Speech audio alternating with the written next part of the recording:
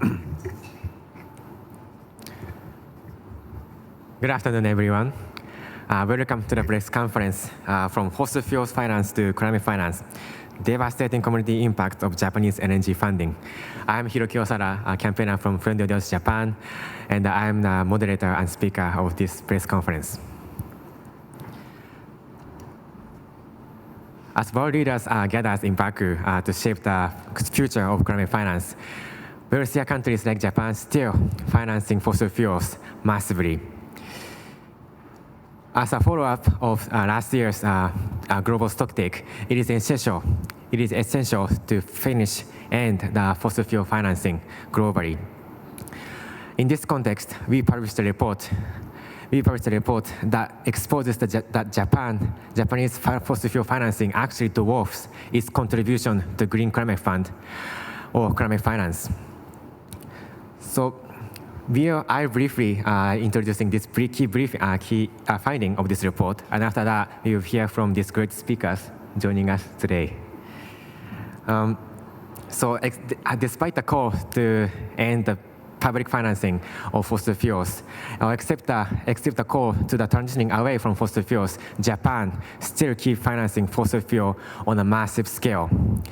In the report, we found that since 2016, the year Paris Agreement came into effect, JBIC, Japanese public financiers, provided staggering $18.6 billion to fossil gas projects. And to put that into context, this is 4 times bigger than Japanese total contribution to Green Climate Fund, the main vehicle of climate finance.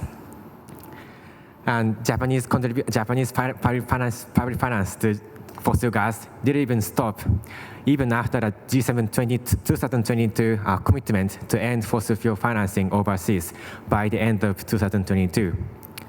Since January 2023, after the G7 deadline, JBIC provided, again staggering, $3.9 billion. And that is a big amount. And JBIC's and Japanese public finance,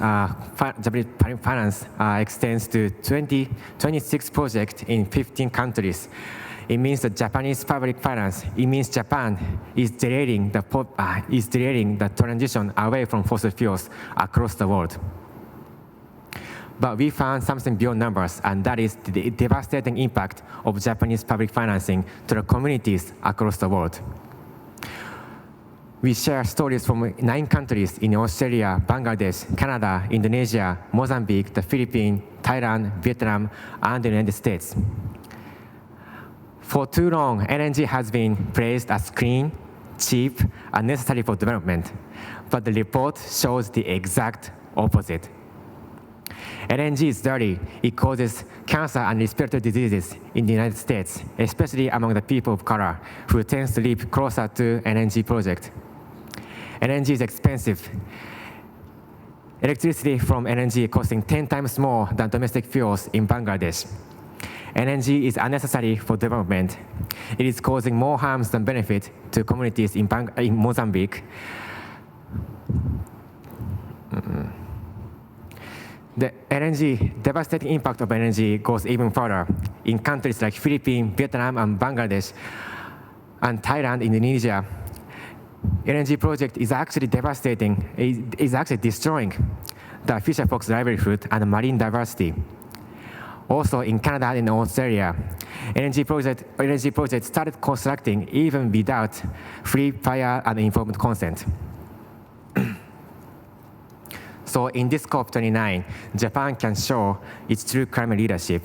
And with Trump back in the office, Japan has more responsibility more than ever. We think that Japan can show its true climate leadership in 3 ways.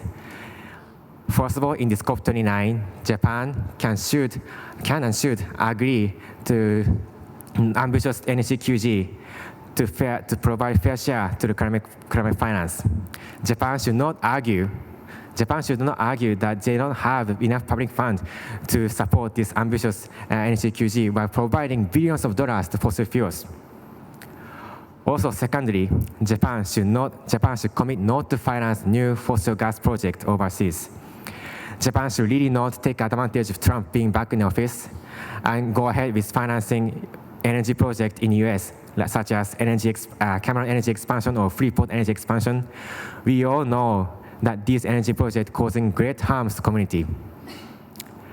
And lastly, under the negotiation of OECD that happens next week, Japan can and should agree to expand the current prohibition of public finance fossil fuel, especially coal, to include oil and gas. This is the last negotiation before Trump's back in the office. And that means Japan should agree, not just agree to this proposal, but actually encourage the United States to agree this proposal. And that's it all for me. And now I'm honored to introduce today's speakers, each of whom brings unique expertise and experiences. And first, we will hear from Mr. Jerry Anansis. He's a long-term climate and environmental advocate and the executive director of the Center for Energy, Ecology, and Development. He has engaged global governments, companies, and international and domestic financial institutions concerning the climate crisis and sustainability issues. So, Mr. Anansis, you have the floor. Thank you, Herky. Thanks to everyone who's here. First of all, I'd like to tell you the story of the Philippines. We're battered by 3 consecutive typhoons, which will cut across the Philippines as we speak. And we just came from 2 debilitating storms which affected 2 major regions in the Philippines. Just this summer, we have endured for a month around 40 to 50 degrees Celsius of heat waves. This is too much for the Philippines already. 10 years ago, 1 decade, which catapulted the Loss and Damage Fund, we went to Warsaw and the Philippines voiced out because of the Typhoon Haiyan devastation, which killed 20,000 Filipinos, and heralded the push for the loss and damage mechanism. 4 years ago, we fought a massive expansion in our country, which is coal plants. We were 9th biggest in the world. So can you imagine one of the most vulnerable country expanding coal, and 9th biggest in the world? And it was the likes of JBIC and many others, Japanese investments, that have poured in a lot of finance. But in 2020, the Filipino people were victorious in defeating that expansion.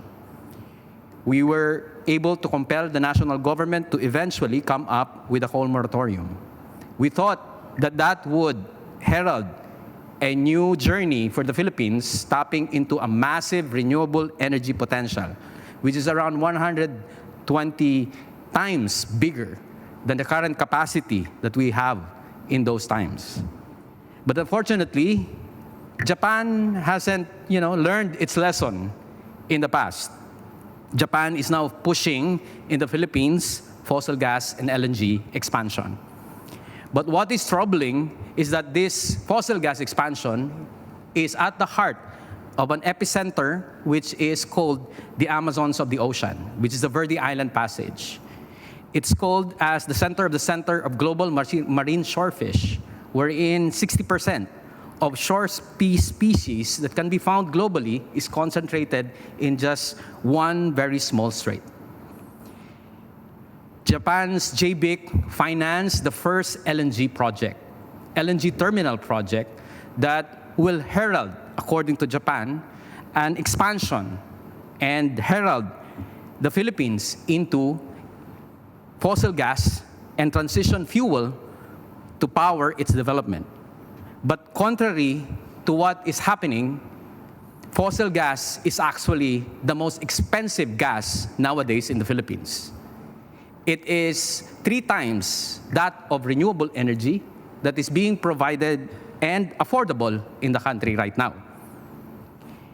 Notwithstanding the impacts of this project on the fisher folks and biodiversity hotspot, which is the Amazons of the ocean.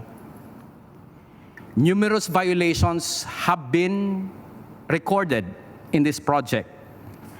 cases have been filed against this project, at least 5 cases in courts, in quasi-courts, including the admittance of a complaint, the first LNG complaint in the JBIC mechanism. These projects in the Philippines by JBIC and many of the Japanese investors are wreaking havoc. But what is happening in the VIP is just an epicenter of what is happening in Southeast Asia region. It's part of what JBIC is and Japan is pushing under AZEC, which is basically pushing for new colonialism in the region, in particular in the Philippines, with fossil gas touted as a transition fuel. Transition to what? Transition basically to more climate chaos. It will affect the Amazons of the ocean. It will affect the Amazons of the seas, which is the Coral Triangle, which is actually highlighted by many conservationists across the globe as one of the global biodiversity hotspot. It was discussed in just the recently concluded conference on biodiversity, wherein there is a large target in terms of 30 by 30, in terms of marine protection, which can provide many of the needed resources, many of the needed livelihoods for our people. And that is why we are here to actually lend our voice. It's either we let Japan further exacerbate the climate through pouring in more fossil fuel in burning the world, create more climate devastation, and create more stranded assets, or we tap into renewables that is plentiful in the region. Thank you, Mr. Jerry.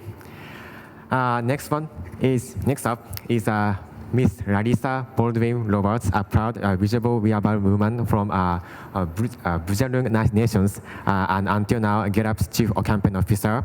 She has dedicated her life to First Nation justice, climate action, and more fair Australia. You have the floor. Thank you well, everyone. I think when people talk about Australia, they see it as a very generous nation, and the reality is Australia is the 3rd largest exporter of gas, and it is absolutely madness to see a country that has everything it takes to move beyond coal and gas exporting at such an incredible rate when we are so vulnerable to climate disasters within our country. Hundreds of our local councils and communities have been impacted by climate disasters. You would have seen incredible floods and fires over the last few years, making international news through Australia. One of the things I wanted to talk about, because I have been a campaigner against gas with Indigenous communities for over a decade, and one of the things that we're often told is that our gas is going to be cleaner and is absolutely needed for poor communities across the Asia region. We know this isn't true. We know that there is the support in order we need to move to solar.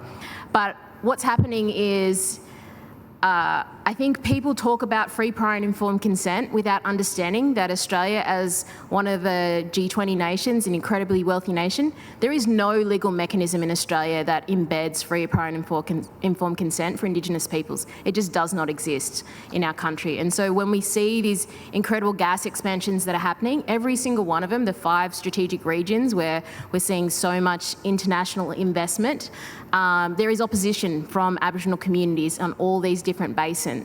We are talking about shale gas fracking in the Kimberley and in the Northern Territory that is banned in every state and territory, would absolutely not happen on land that is inhabited by non-Indigenous peoples in Australia. And so it's incredibly challenging to be coming up against a massive expansion and industrialisation of Indigenous communities. At the same time, we see our federal government, our government that's here, being held up as a climate champion when it's actually not contributing in the ways that it should be. So one of the things that we experience back home is that our federal government and our state governments do everything they can to undermine Indigenous rights, whether that's slow-walking reforms around our consent processes and ability to say no, or also looking at things like water protections under the Environmental Protection Act, slow walking those, making sure that there is time for investment to happen by these international corporations, but also at the same time we're seeing things like cultural heritage protection and areas of significance for us and our sacred sites basically being wiped off the map by expansion. One of the things to understand in Australia is that the oil and gas lobby, the mining lobby, is the most powerful lobby in the country.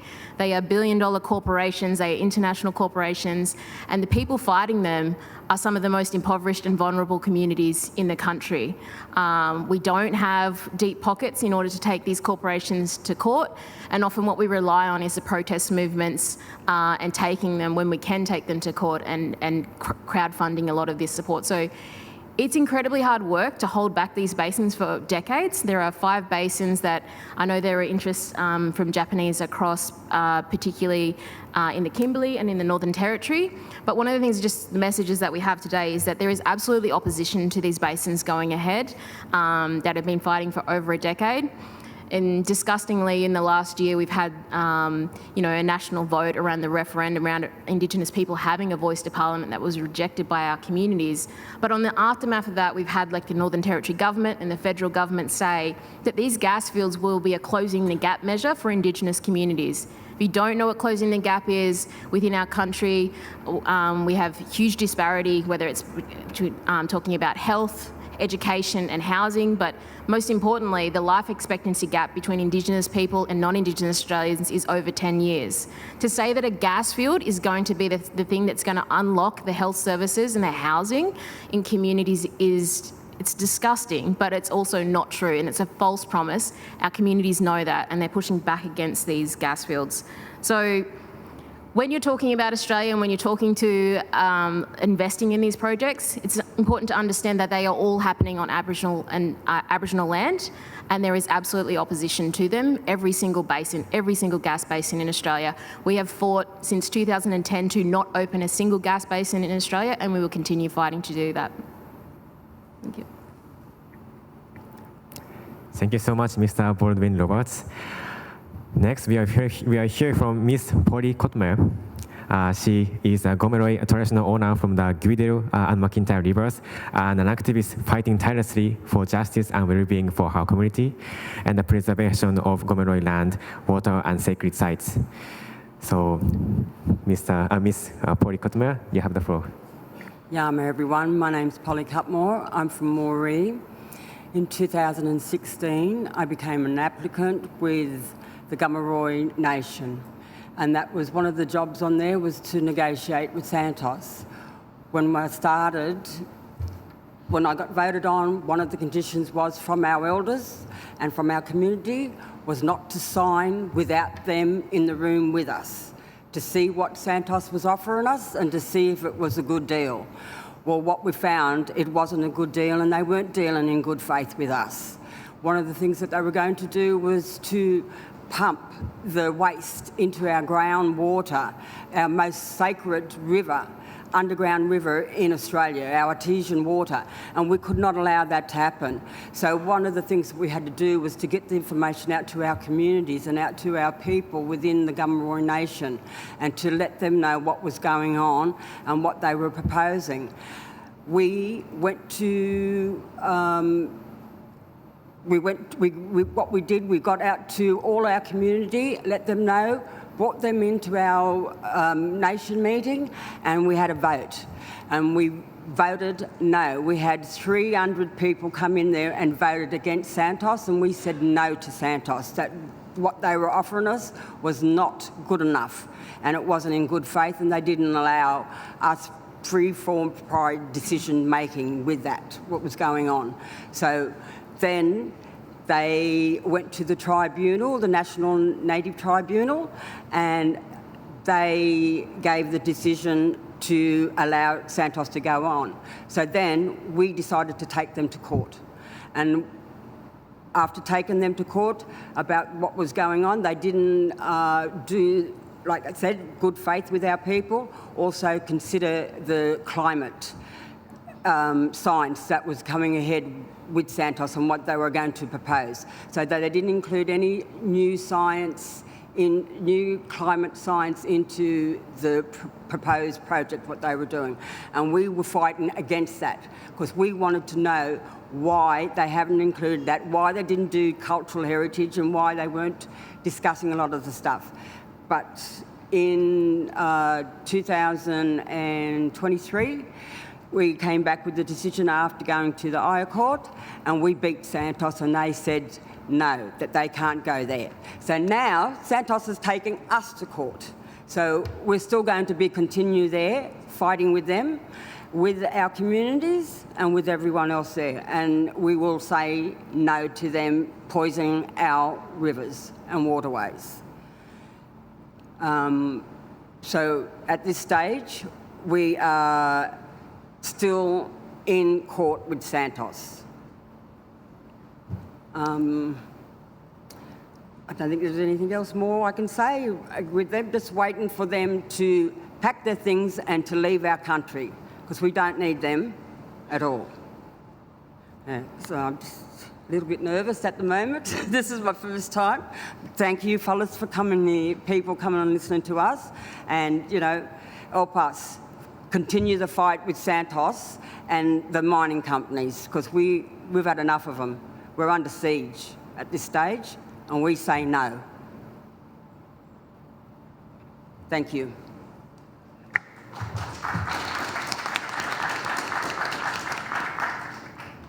Thank you, Ms. Kotmo. Last but not least, we will hear from Mr. Barish Hassan Chaudhuri. Barish Chaudhuri is the Policy and Campaign Coordinator for the Bangladesh Environmental Lawyer Association, or BELA, from Bangladesh, an organization working on public interest litigation on environmental issues in Bangladesh. He also works as the regional facilitator for Friend of the Earth Asia Pacific. So you have the floor. Thanks, Hiroki. I think it's also important for my context when I'm talking about Bangladesh, firstly, that we as a country are one of the most vulnerable to climate change. We are already experiencing devastating effects. I think Jerry talked a little bit about how that looks in the Philippines, and looks quite similar in Bangladesh. We have historic floods every year to the point where, you know, you don't even think of them as historic anymore. We suffer billions of dollars in climate impact damages. And yet, despite all of that, what we see from Japan, which is one of our most important development partners, it has to be said, is a continuation of the fossil fuel era in Bangladesh. Japan works very closely with Bangladesh's energy sector and has a lot of influence over it. JICA and the Institute of Energy Economics in Japan recently drafted our Integrated Energy and Power Master Plan, an energy sector plan that will see between 2023 and 2050. It's almost a 30-year plan. What this plan does, it builds upon the previous Japanese involvement in our energy sector, which they made master plans before. Those master plans were usually 5-year plans. This is a much longer term plan. This plan, as the Japan Center for Sustainable Environmental Society, JAX, has put it, is a plan soaked in fossil fuels and not at all aligned with the Paris Agreement. It does not take into account overcapacity in the energy sector. It does not pay sufficient attention to renewable energies, and it is filled to the brim with unproven technologies and fuels, and which are really, you know, if we remove all of the fat from this, is a way of continuing the LNG and the coal industries in our country.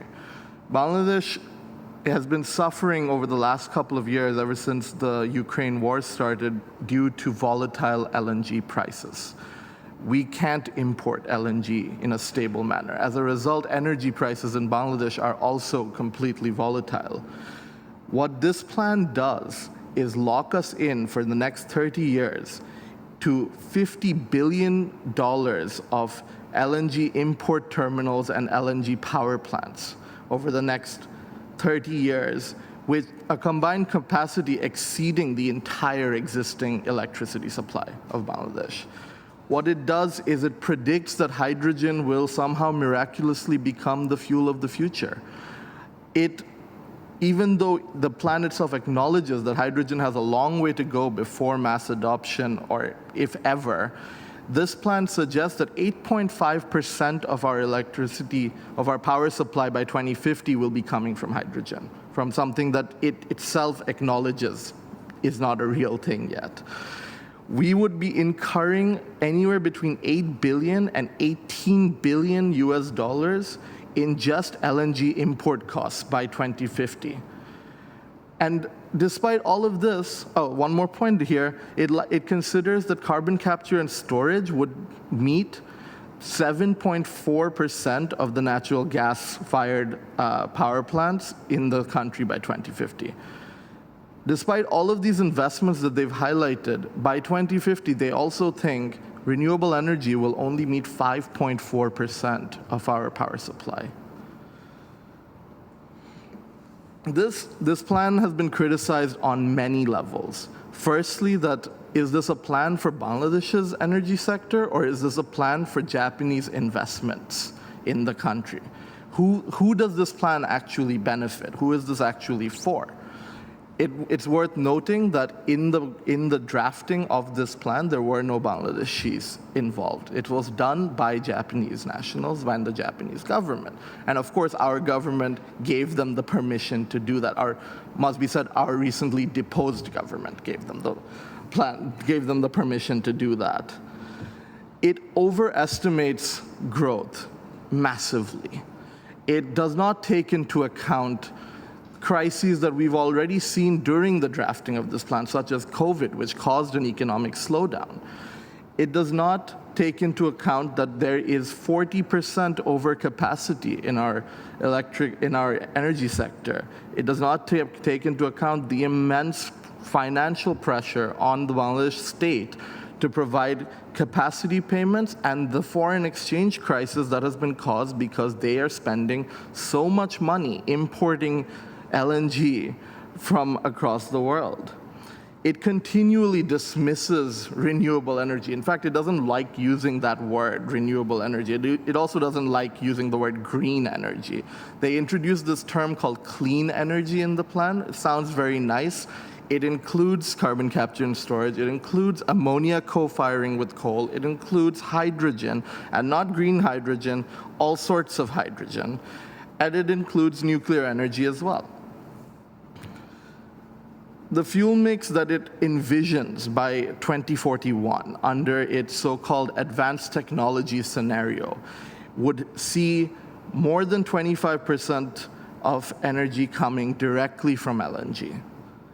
It sees a further 30% coming from these solutions that they are promoting, which are reliant on unproven technology. Once these technologies, if they are ever proven, sure, we can then adopt them. But these are things that we are foreseeing, that, yeah, maybe carbon capture and storage will become financially viable one day. Maybe hydrogen will, be viable one day. It's not viable right now. How can we base 30 years of our country's development future on things that may never become viable?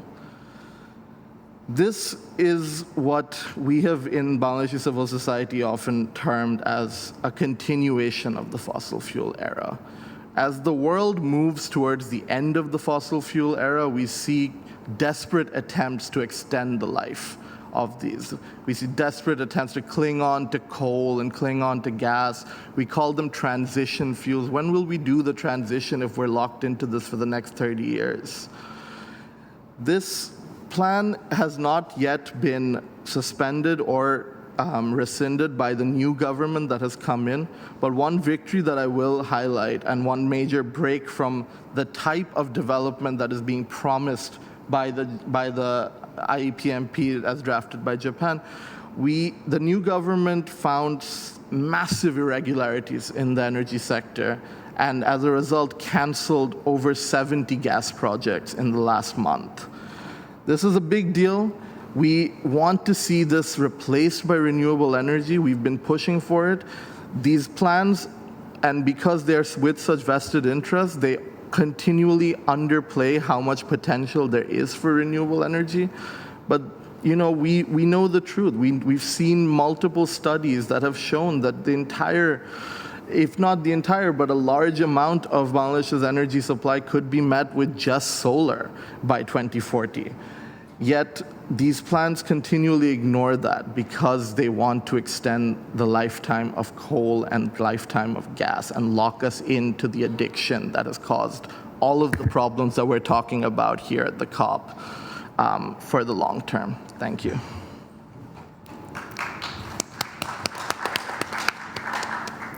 Thank you, Barish.